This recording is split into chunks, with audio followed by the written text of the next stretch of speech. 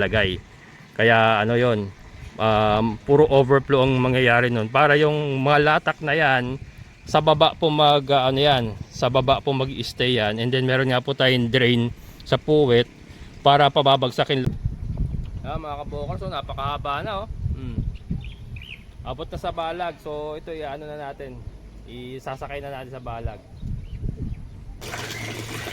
Lalaki na talaga nila mga kabokal. So iba na lang yun nila. Iba na lang yung mahaba na.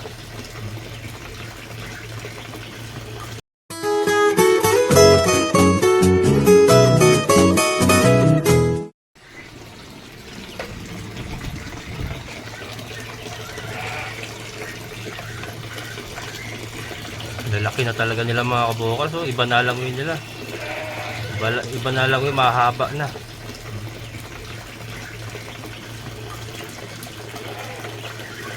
Yan, so at least buhay pa rin yung mga hito natin. Titibay talaga, hindi. Natibay talaga, kaya lang yun nga, kailangan nating ayusin pa yung ating filtration system. May mga pagbabago po tayong gagawin. Pero ito yan, mga lekta muna tayo ng itlog mga kabokals. Yung ating mga thunders ay nagsisimula na uling mga itlog. Mga talong natin hindi ko na nadidiligan. Pwede na to. Sakto may itlog na ako. Torta mga kabokals. May itlog na tayo eh. 3 araw na sila nangingitlog eh. Kailangan pala madiligan ko ito mamaya. Kaya lang nagdidilim ang panahon no? Parang uulan. Para may bagyo daw yata papasok Ayan. Yung ating filter mga kabokals. Ayan. Lalagay tayo ng mga mag-modify ulit tayo mga kabokals. Magpapagawa ko ng stante uli na para sa 2 drum pa. 2 drum pa. Pero dito na manggagaling yan mga kabokals. Dito na tayo magpo-poste. Pak. Bakal na rin siguro para papawelding ko na kay Kuya Greg. Magdadagdag ako ng 2 drum pa, bali 3 sila. Yung na yan, konsepto na yan mga kabokals, yung graba, uling, at saka yung pataas yung tubig, tapos may drain dun sa taas, okay na yan. Hindi na natin iibahin yan. Maglalagay lang tayo dito ng alam yung konsepto ng CR mga kabokals, yung Poso Negro ng CR, di ba may overflow tinatawag? Yung lumalabas sa overflow, parang tubig na lang lahat yun. Naiiwan yung mga solid waste sa ibaba. Ganun po yung gagawin natin dyan. Maraming salamat po sa mga nagko-comment. Yan. Doon po nabuo yung ating mga idea na ganyan na instead of maglagay tayo ng mga filtration materials, overflow system na ang gagawin natin mga kabokals. Dito lang yung sa additional na drum na ilalagay natin. Kasi yun okay na yun eh. Biofilter na yun eh. Wala na tayong problema dyan. Ang problema lang kasi natin, hindi kinakaya nung ating PVC doon sa taas yung solid waste na nanggagaling dito kasi sobrang dumi nga nung tubig na kailangang i-filter. Hindi kinakaya, kaya ang problema umaapaw lagi yung ating net doon sa taas. Pero yung ating biofilter system, okay na yan. Yung ulig saka yung graba na nilagay natin. At saka yung sistema niya. Okay na yan. Kaya gagawin nga natin, overflow, magdadagdag tayo ng mga 2 drum. Tapos, sa unang drum, dun papasukin lahat ng tubig. Tapos may overflow siya sa taas. Lilipat sa 1 drum. Ganun din. May ipon din doon, may overflow sa taas. So lahat po nung mga solid waste may ipon sa baba. Maglalagay lang tayo ng malalaking bato para yun po yung mag-prevent para mabulabog yung dumi ba. Yung dumi para mag-stay sa baba. Tapos lalagyan natin ng drain plug sa puwet ba. Sa puwet para pag kailangan natin pakawalan yung mga residue, yung mga solid waste, bubuksan lang natin ilalim. Tatapon na sa ilalim yung ganun. Yung 2 drum na yon, kasi yung 2 drum naman yung siguro naman yung sa pangalawa paglipat niya doon halos wala nang dumi yun, talagang talagang tubig na lang talaga yon. And then yun doon na gagana yung ating biofilter. So yun po, solid waste kasi ang pinaka number 1 problem natin. Pagka nagawa natin yon, yung solid waste na yun, wala na yung mga net na yan. Hindi na natin kailangan yung mga net na yan. And then itong net natin sa motor, ay naka-net din yung motor natin, ayan oh. Ayan.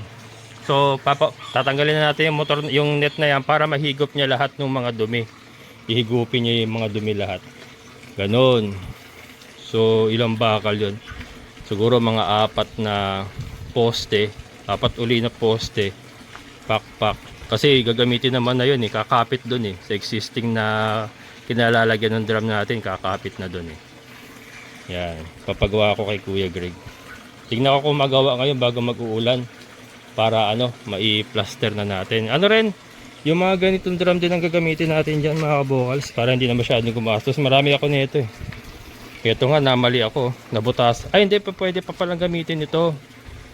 Ayan kasi ito may butas na ito sa ilalim eh. Ayan, oh.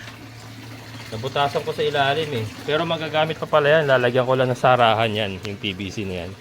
Para dyan na pawawalan yung ano. Dyan na pawawalan pagka kailangan mag... Ganyan din pala. So gagawa pa ako ng isa na ganyan na may butas sa ilalim. Tapos lalagyan na rin may sarahan yan eh. May nabibiling sarahan. Di Roscas. Yun, ganun na lang. Para hindi na, wala nang galawan mga kabokals, wala nang galawan yan. Ang permis mo na lang gagalawin dyan, yung drain plug sa ilalim. Pak! Babagsak na lang yun. Yun ang magiging maintenance natin. So yun po ang gagawin natin dyan mga kabokals. So ongoing po, ongoing process. Pero yun nga, along the way nakakaisip tayo ng mga ideas. Salamat rin po sa mga nagko-comment. Na-adapt na natin yung ano, yung komento nila, na-adapt po natin sa sistema natin. So hindi man po ang mga comments hindi man po eksakto ganun, pero mino-modify ko pa po na naaayon sa ating sistema. So pero yun sa mga comments po nakakuha tayo ng idea. Yun po ang ating paggagawa. O yun ang ating gagawin. Tuloy-tuloy lang. Kamaya lalabas tayo, kunin natin yung ano, natin yung patola at ano, kung ano naman, bumabagsak na naman yung dulo. Kailangan na namang i-guide. Ito, dami itlog. Hindi ko pa nagagawa ng itlogan itong mga to. Hindi ko alam kung fertile dito kasi may kasama silang rooster. Are you laying your egg? Are you laying your egg? Why are you sitting there? Ito dalawa. Labo-labo pa ito eh.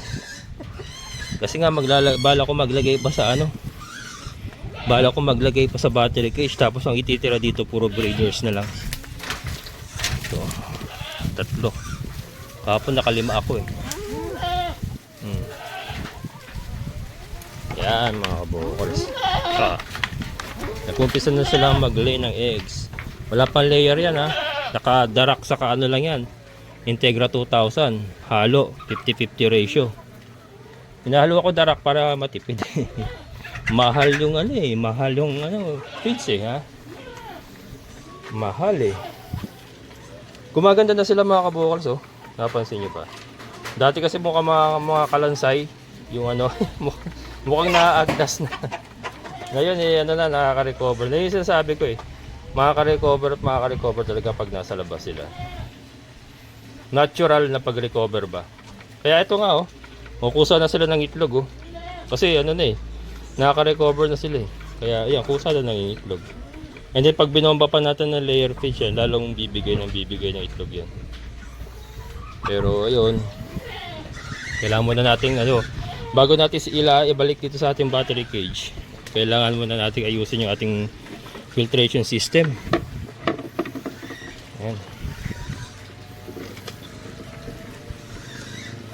Malaking bagay kasi ito mga kabokals kung malalagay natin dito yung layers. Kasi talagang halos wala kang gagawin trabaho, hindi ka na maglilinis ang pupo, wala ka nang problemahin sa amoy ng pupo, na alingasaw, wala ka nang problema sa lalangawin. Pakain na lang problema mo sa kapag-harvest ng itlog. Pero yung linis-linis na ginagawa natin dati na pinapala ko pa yung ano, yung mga ipa na may pupo, napakahirap. Pero yun, pagka nailagay natin sila dito, babagsak na lang lahat dyan. Kaya nga yun nga, kailangan natin i-modify yung ating filtration system kasi ano, talagang ano eh, kumbaga heavy waste yung kailangan i-dispose eh. Yan. Ito naman kasi paumpisa, syempre. Nag-umpisa pa lang tayo eh. Titignan natin kung kaya. Nauwi tayo sa hito mga kabokals. Ang hito, messy rin yan eh. Makalat din talaga ang hito. So, yun, kaya kailangan nating i-adjust or i-modify yung ating filtration system. Yung filtration system lang naman ang kailangan natin talaga dyan. Yan. Pero at least, di ba, the system is already working. Yun nga lang, kailangan na may mga modification pa talagang gagawin, improvements. Pero yung sistema gumagana na eh. Mamaya pakita ko sa inyo kung ba't nasabi kong gumagana na. Gumagana na mga kabukals. Ito, yung mga manok natin, oh. Wala akong kaproblema. Yung ganyan kalalaki mga kabukals, kung nasa lupa yan, makalat ang ilalim niya, malangaw saka mabaho. Pero dahil nga nasa tubig sila, walang amoy, walang masyadong langaw. Wala kang langaw eh, oh. Nakita ba kang langaw mga kabukals? Wala. Walang langaw. And mas malulusog sila, napansin ko. Walang problema, wala akong na-encounter na problema. Mas malulusog sila. Walang sinipon dyan mga kabukals. Wala akong nakitang nagkasakit. Ayan. At umaambon-ambon na. Ayan na, umaambon-ambon na. Yung kutso ni mama na puro ihi. Teka muna mga kabukals, ayusin ko muna ito. Mababasa. Alam niyo na, matanda na. Tumagos yung diaper eh. Nagwiwi. Totoo yung kasabihan mga kabukals, pag tayo tumanda, babalik tayo sa pagkabata. Ayan. Ligpitin ko muna. Ayan. Ligpit ko na. Punta muna tayo doon sa ating mga patola mga kabukals, papakita ko. Ayan si mother. Ayos ka lang dyan? Ha? Ba, dyan ka lang. Saan ka pupunta? Mainit doon, dyan ka lang. Dyan ka lang, mainit doon. Sarap-sarap ang hangin dito. Isa makulit eh. Dyan ka lang ma. Mamaya, ano gusto mo merenda? Halo-halo? Sumahalo-halo? O mamaya, wag ka bababa. O, dyan ka lang ha. Pag bumaba ka, di kita bibilang halo-halo. Yan. Kulit eh ha. Yan mga kabukals. Nakakatuwa naman yung mga hito natin. Antitibay. Ito. Yan. Yung mga sisiw natin mga kabukals, looking good. Yan sila. Dami na oh. Yung mga puti, ang dami nating cross white leghorn Rhode Island. Ayan yung mga puti. Mga cross white leghorn Rhode Island yan. Palitan ko pa yung karton mamaya. Mamaya ako nagpapalit ng ano sa gabi. Para malinis sila sa gabi. Tapos ito na rin ang ano nila. Yun na rin ang kalalagyan nila mga kabukas pag lumaki na sila. Tatanggalin lang yung karton. Diyan na rin sila palalakihin. So di ba mas dumali yung sistema ngayon. Parang yun nga, mas naging maayos yung sistema sa ating pagmamanok. Well, yan naman talaga yung main idea noon, kaya ginawa natin itong fish pan na to. Parang yung ating pagmamanok, mas mapadali, mabawasan natin yung problema sa amoy ng pupo nila. Kasi talaga mga kabukas, malangaw talaga ang pagmamanok. Kahit sinong tanongin nyo, malangaw talaga. Iba talaga ang manok. Yan talaga ang sinusundan ng langaw. Unlike sa yung baboy, kasi baboy pwede namang meron tayong Poso Negro, and then meron tayong mga power spray na pwedeng gamitin. Pero yung manok kasi mahirap i-maintain talaga ang pupo ng manok, lalo na kung marami na. Talaga sa tag-ulan lalo na, yan na mahirap. Kasi dyan umaalingasaw, nababasa kasi yung lupa eh. Pagbasa kasi ang pupo niyan mas mabaho. Yung basa sa lupa, pero yung nasa tubig na ganyan, wala.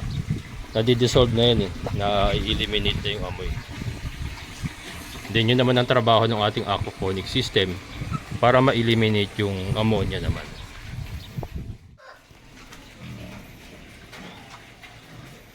Ayan mga kabokals, kung dun sa fish pan meron tayong hito, dito sa kambingan meron tayong layers. Ayan, dahil kumakain si Dagul ng kanyang chopped napier grass, yung mga natatapon niya ay nilalantakan ng ating mga manok. Yan, nilalantakan ng ating mga manok.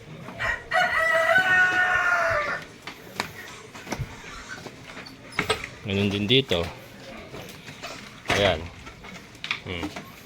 Yung mga natatapon nila, ayun oh, kita niyo ba? Ayun. Nilalantakan ng ating mga manok sa ibaba. Ito ganun din. Oh. Ayun, may mga manok din sa baba, mga kabukol. Ayan. Yan sila, oh. Nilalantakan din nila yung mga natatapon. Yan. Sanay na ang kumain ng ano, laki na ng tiyan, no? Laki na ng tiyan ni Tisay. Laki ni Bambi.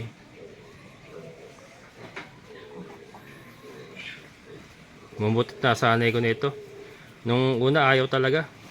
Pero ngayon medyo nasasanay ko na. Pero maganda malagyan natin ng magandang pakainan talaga. Siguro yung biniyak na drum para hindi nila nasusungkal ng ganyan. Kasi yung 'di ba yung biniyak na drum pag ganon. Pag ganon siya. So kahit sungkalin nila, hindi nila maitatapon. Nandoon pa rin sa loob. So yun, yung yung mga susunod na improvements na gagawin natin dito sa ating kambingan. Maggagawa din ako ng kwarto-kwarto nila para pag may mga anak na kwarto-kwarto sila dyan. Tapos may pakainan sila yung biniyak na drum nga na ganun. Kasi puro ganyan na, hindi na ako magpapakain ng ano. Siguro pagka makakuha na lang ako ng mga damo dyan na hindi napier, yan, magagamit natin yung feeding rack natin. Pero pagka yung napier natin ang ipapakain, puro ganito para hindi nasasayang. Kasi nasasayangan talaga ako doon sa tangkay na hindi nakakain. Pero ito nga, double purpose. So yung natatapon nila na durog, nakakain pa ng mga manok natin sa baba. So, parang ano rin, parang hito din, di ba? Walang sayang, mga kabokals. Walang sayang. Dagol.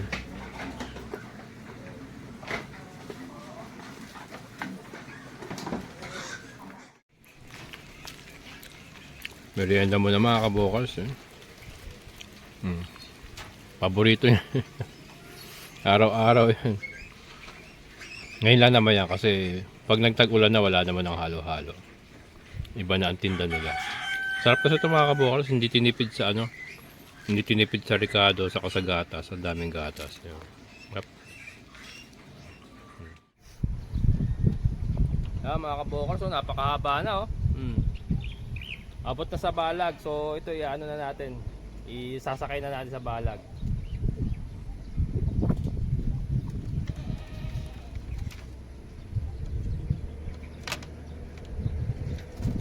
Yan. Umibitaw kasi. Sasakay na natin siya para ano. Dire-diretso na. Pagka nakakapit na yan, dire-diretso na yan.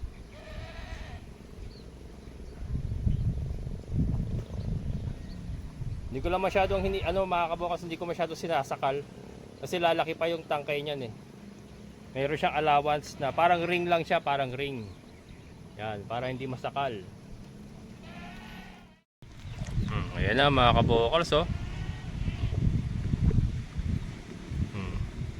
Di ba? Yan pa ba patay, mamamatay pa yan. Sa tingin ko hindi na mamamatay ang mga kabokals eh oh. Ang gaganda ng tubo eh. Oh. Diba?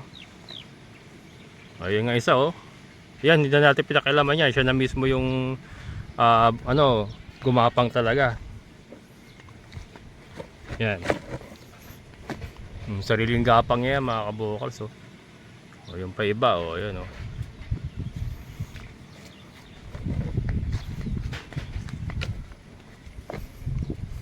Yan. Yan yung ating mga sitaw oh. Ganda na rin ang sitaw natin. Ito sitaw yan, maliit pa. Pero lahat ng patola, ganda ng tubo. Oh.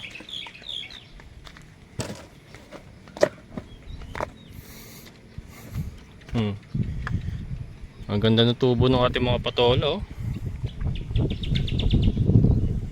Buhay na yan mga kabukals.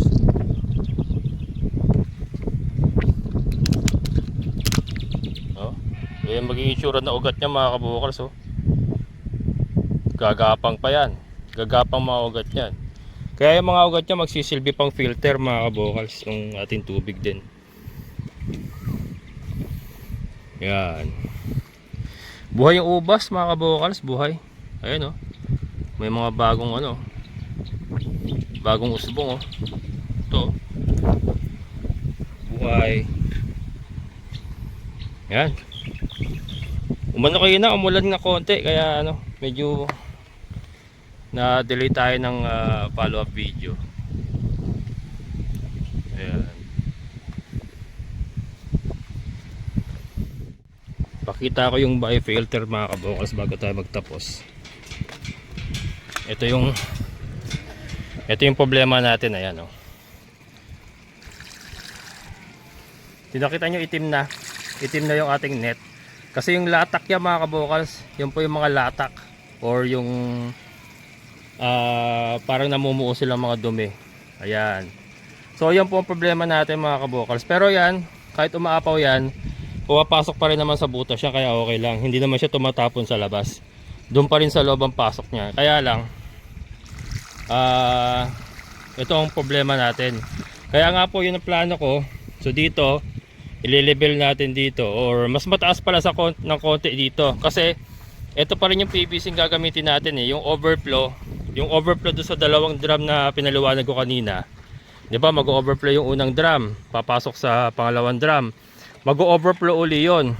Yung overflow noon, dito na papasok mga kabukals. Ito kasi nakatutok yan sa baba. Yan sa mga bago sa channel ko. Nakatutok yan sa baba. Tapos sa baba niyan, sa pinakababa niyan, merong uling, tapos may graba. Tapos umaangat yung tubig mga kabukals. Tapos meron tayong outlet diyan. May outlet tayo, pumapasok yung tubig sa outlet na yun. Siya naman ang bumabagsak diyan sa ating PVC pipe na aquaponics.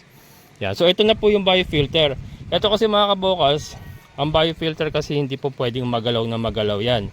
Kahit sabihin mo once a month mo lilinisin, hindi pwede kasi nabubulabog po yung microorganisms or yung nutrifying bacteria na nagtatransform ng ammonia into nitrite and then nitrate. Yung yun ang gamit po, yun ang trabaho ng nutrifying bacteria na namamahay po dito sa ating biofilter, na meron nga po tayong uling saka graba sa loob. So ito hindi na siya magagalaw, kaya maglalagay lang po tayo ng 2 drum para po masala yung latak. Ito ang problema natin mga kabukals, yung latak, eh. Ayan, oh. Latak yan, yung itim na yan. So yan, mamaya lalabahan ko na naman yan para maganda uli yung pasok niya. Yan yung sasalain po ng 2 drum natin na ilalagay. Kaya ano yon, puro overflow ang mangyayari nun, para yung mga latak na yan sa baba po sa baba po mag-stay yan, and then meron nga po tayong drain sa puwet para pababagsakin lang po natin yan pagka masyado na madami. Ayan. So yun po ang gagawin natin. Hindi kasi obra mga kabukals yung buhangin. Sinubukan ko na yung buhangin. Yung buhangin sa ilog, hindi hindi siya sumisip-sip na mabilis. So ang nangyayari, tumatapon yung tubig, napupuno yung drum, hindi nasisip-sip mabuti nung buhangin. Kahit yung buhangin puti, sinubukan ko yung binistay, hindi rin kaya mga kabukals, na siya, lalo na pagka madumi na siya, na-stack up siya, kaya hindi po pwede yung buhangin. Negative tayo sa buhangin. Sinubukan ko na yon doon, negative. Kaya yun ang pinakamagandang option, yung overflow system, na yun nga, maglalagay tayo mga tipak na bato sa, hindi naman natin pupunuin mga kabukals, siguro mga 1/4 lang ng drum na to. 1/4 lang na drum na to. Kasi ang purpose nun, para yung mga latak na bumaba na, hindi na mabulabog pagpasok ng tubig. Para hindi na sila mabubulabog, mag-stay sila sa baba. Yun po ang trabaho ng mga bato na yun. Kaya maglalagay tayo ng bato. Kasi pag walang bato, pagpasok ng tubig, nabubulabog yung ano, yung latak. So ang tendency no, pag overflow noon, kasama pa rin yung latak. 'Di ba? Kasama pa rin yung latak. And then pagpunta rito, may latak pa rin. So kaya may bato po tayo lalagay, or pwede ring net siguro, yung net para hindi po mabulabog yung ano. Pero para mas maganda yung bato nga, batong malalaki, para bababa yung latak sa baba. Ayan. So yun, tignan natin kung ano mas maganda, kung bato or iba pang ano. Pero yun po ang ano na, yun po ang gagawin nating sistema, overflow system. Parang septic tank na CR, parang ganun ang mangyayari. Para pagdating dito, yung latak na yan, eh wala na. So para tubig na lang talagang papasok dito. Na may ammonia pa rin yun, may ammonia pa rin. So yun namang ammonia na yun, yun naman ang trabaho nitong biofilter na i-transform niya into nitrite and then nitrate na siyang kakainin po ng mga halaman natin. O yan mga kabukas, hanggang dito na lang. Maraming salamat sa inyong muling pagsama. At ayun parang uulan na naman. Umulan kanina pero mahina lang. So umpisa ng tag-ulan siguro mga kabukas. Ano na yan, araw na lang, mag-uulan-ulan na talaga yan. Kaya kailangan may siayos na natin itong ating area. So yan, tuloy-tuloy lang po tayo. Maraming salamat, amazing na buhay.